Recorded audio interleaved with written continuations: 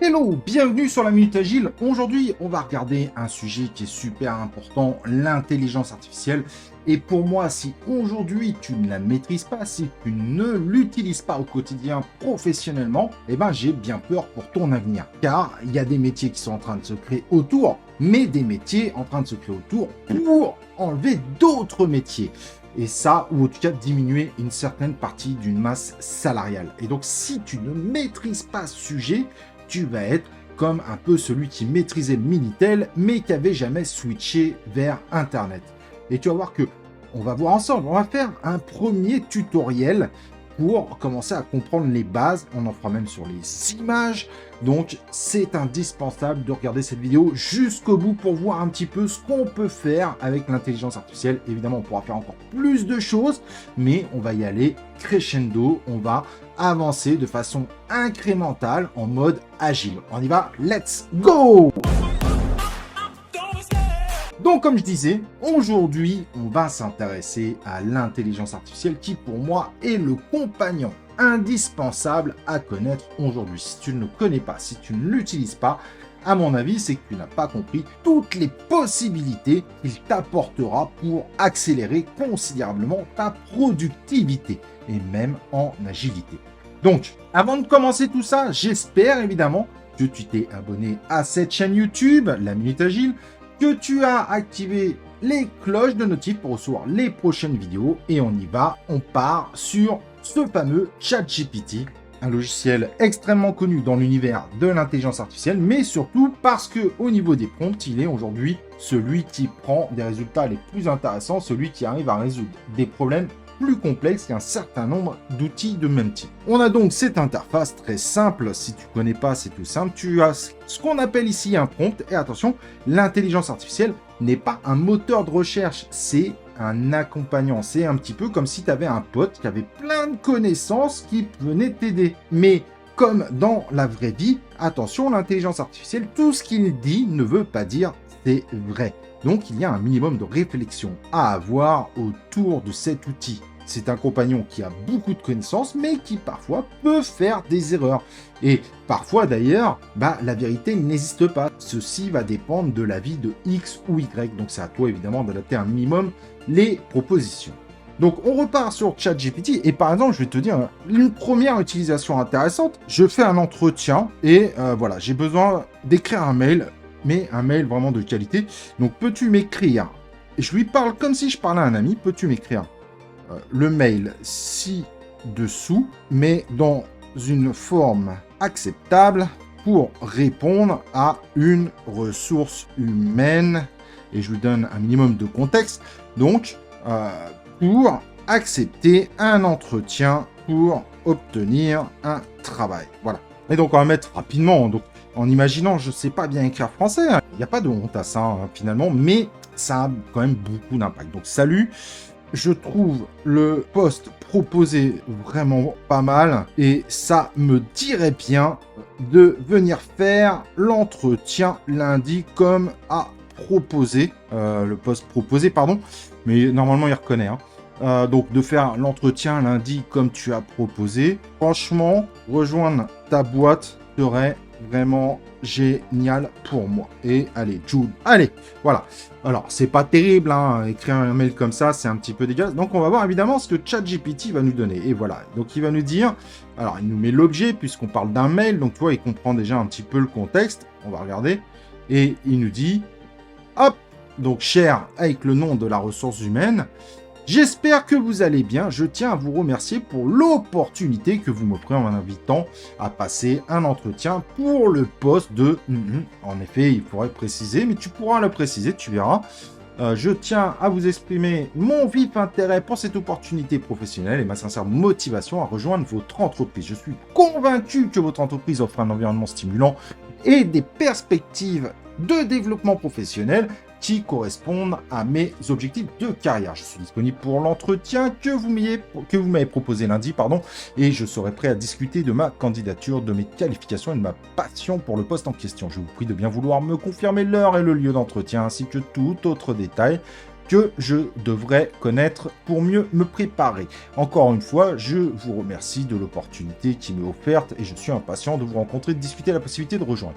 Et là, éventuellement, ce qu'on peut faire, on peut dire, peux-tu écrire le même mail en sachant que la ressource humaine s'appelle Edward Simpson, peu importe, c'est pas très grave, et que c'est pour un poste de Scrum Master. Voilà, hein, c'est pas mal ça. Alors, je vais corriger par, voilà, aussi professionnel, mais tu vois, quand je lui écris pas proprement. Donc, on va voir un petit peu ce qu'il donne. Qu'est-ce que je pourrais rajouter? Allez, on va voir hein, déjà comment il... Voilà ce qu'il va répondre. Donc, hop, cher Monsieur Simpson. Donc, tu vois, il met pas le prénom, en revanche.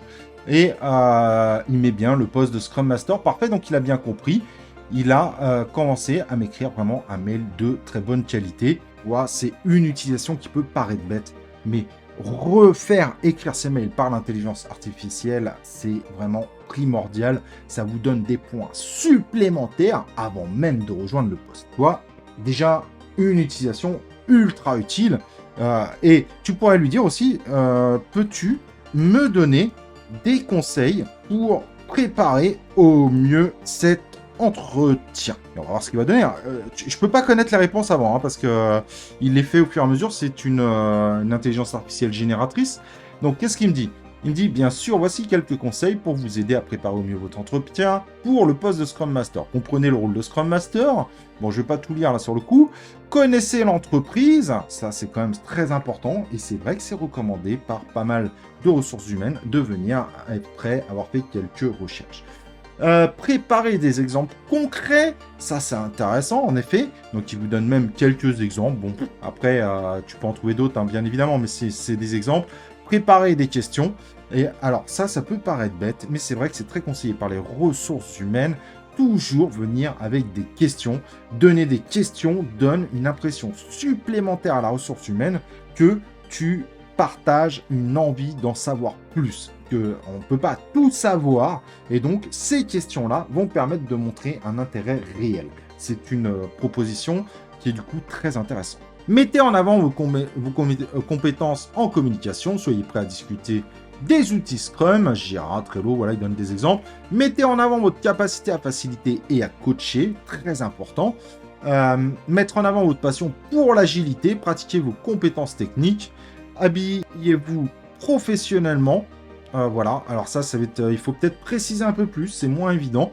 Révisez votre CV, pratiquez l'entretien. Voilà, donc il donne un certain nombre de choses. Ça peut paraître un peu lourd, mais ce sont des conseils finalement qui sont assez intéressants. Et à la fin, hein, il rappelle qu'il faut se préparer de façon proactive. Donc, honnêtement, c'est pas mal. Et en imaginant, en fait, je vais rejoindre IBM. D'accord? On va aller voir.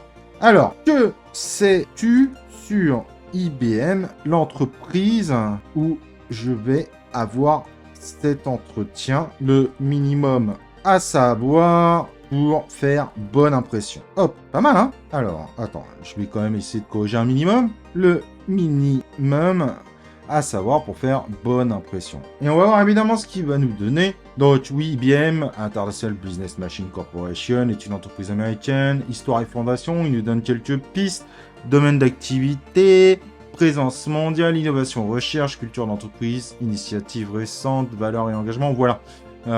C'est quand même déjà pas mal. Peut-être essayer de dire, est-ce qu'IBM a participé à l'agilisation des entreprises? Après tout, c'est pas une question si bête. Hein, je sais pas ce que tu en penses. On sait jamais. Ça peut être intéressant, oui, à jouer un rôle significatif. Ah, tu vois, ça c'est intéressant. Qu'est-ce qu'ils auraient fait? Agile transformation, IBM rationnel et les outils agiles, contribution à l'agilité open source, blablabla. Après, ça peut te permettre finalement d'avoir un certain nombre d'informations. Aurais-tu des questions intéressantes que je puisse poser pendant l'entretien? Hop, allez, on va voir ce qu'il va me dire. Donc tu vois, il y a vraiment des choses. Et il me propose des choses, on va voir. Pouvez-vous me décrire davantage la culture de l'entreprise et comment elle se reflète dans l'équipe Scrum que je rejoindrai? Super intéressant, ça montre à quel point vous vous intéressez réellement à l'entreprise. Quelles sont les principales initiatives ou projets sur lesquels travaille actuellement l'équipe Scrum? Comment elle est organisée? C'est génial. C'est génial. En fait, il te donne une masse de questions, il te donne des idées pour super bien préparer ton entretien. Alors, Bon là, on a préparé un entretien, t'es d'accord? Mais en imaginant, je dois faire une sensibilisation et sur mes docs, je dois, par exemple, peux-tu m'expliquer le déroulé d'un sprint planning, par exemple, en une liste de choses à faire pour un document de présentation PowerPoint. Pas mal, hein? Pas mal l'idée. On va voir ce qu'il va me donner, j'en sais rien. Voilà, date, c'est génial. Et il te donne objectif de la réunion. Tac, tac, tac. Alors après, il faut voir évidemment, hein, il faut que tu fasses un minimum. Ça veut dire qu'en fait, parfois, il peut se tromper. Mais voilà, tu vois, par exemple, moi, là, méthodologie agile, je vais plutôt mettre cadre agile. Tu vois, petit détail, mais pas vraiment d'une méthodologie. Donc, on va, tu vois, il faut faire attention. Malgré tout, il reste un humain. C'est ça qui est intéressant, c'est qu'il faut le comparer à un humain qui a beaucoup de connaissances, mais qui n'est pas parfait. Composition, il te propose, voilà, slide 2, slide 3, slide 4, slide 5. Alors là, ça fait pas forcément tout ce que je dis, mais par exemple, je pourrais dire, peux-tu me faire une présentation des cérémonies Scrum pour mon slide 3 qui aura également une image de présentation? Eh oui, hop, et on va voir. Bien sûr, je fais une proposition de présentation, blablabla, hop. Ça fait quand même beaucoup, là, sur le coup, admettons. Et après, ensuite, ben voilà, t'as bien compris que finalement, derrière, l'intelligence artificielle, il va pas te remplacer. L'objectif, c'est qu'il remplace pas. C'est quelqu'un qui t'aide. C'est un petit peu une intelligence collective. C'est-à-dire qu'il bénéficie de ton intelligence et profite également de cette intelligence artificielle et faisant un super package. Et là, je peux te dire que dans la vie de tous les jours, ça va énormément t'aider. Et en plus, n'oublie pas cet aspect incrémental indispensable.